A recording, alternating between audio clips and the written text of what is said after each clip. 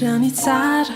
tsy arak'izay no everiko tsy araky ny eritreritro tsy hoe rehefa tsara eo masony afatezay fa ny anao ny tsara mandrakitra ny teny ao ampo mitandry ny zanompino mpakato fa ola ampilanjay eo e masonao fa nentinao am'zao lalan'izao tsy zao no tsara fa ny teninao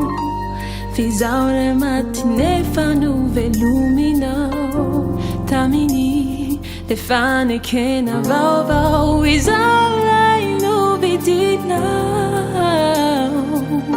no diovinao tamiranao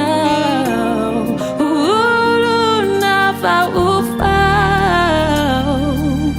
olo ny fanjakanao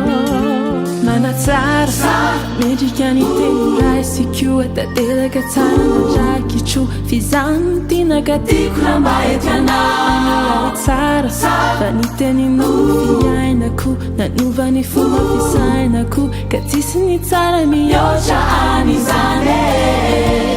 fa nentinao am'zao lalan'izao tsy zao no tsara fa ny teninao nefa no veluminao tamini le fanekena vaovao izao lay no vidinao diovinao tamiranao olona vaovao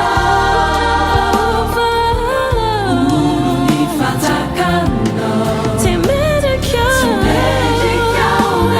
fanao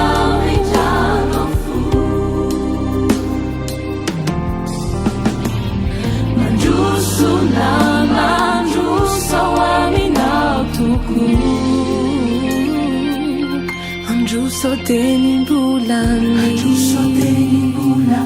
anasani fukuhati itaisuikia upanga tuzi emucha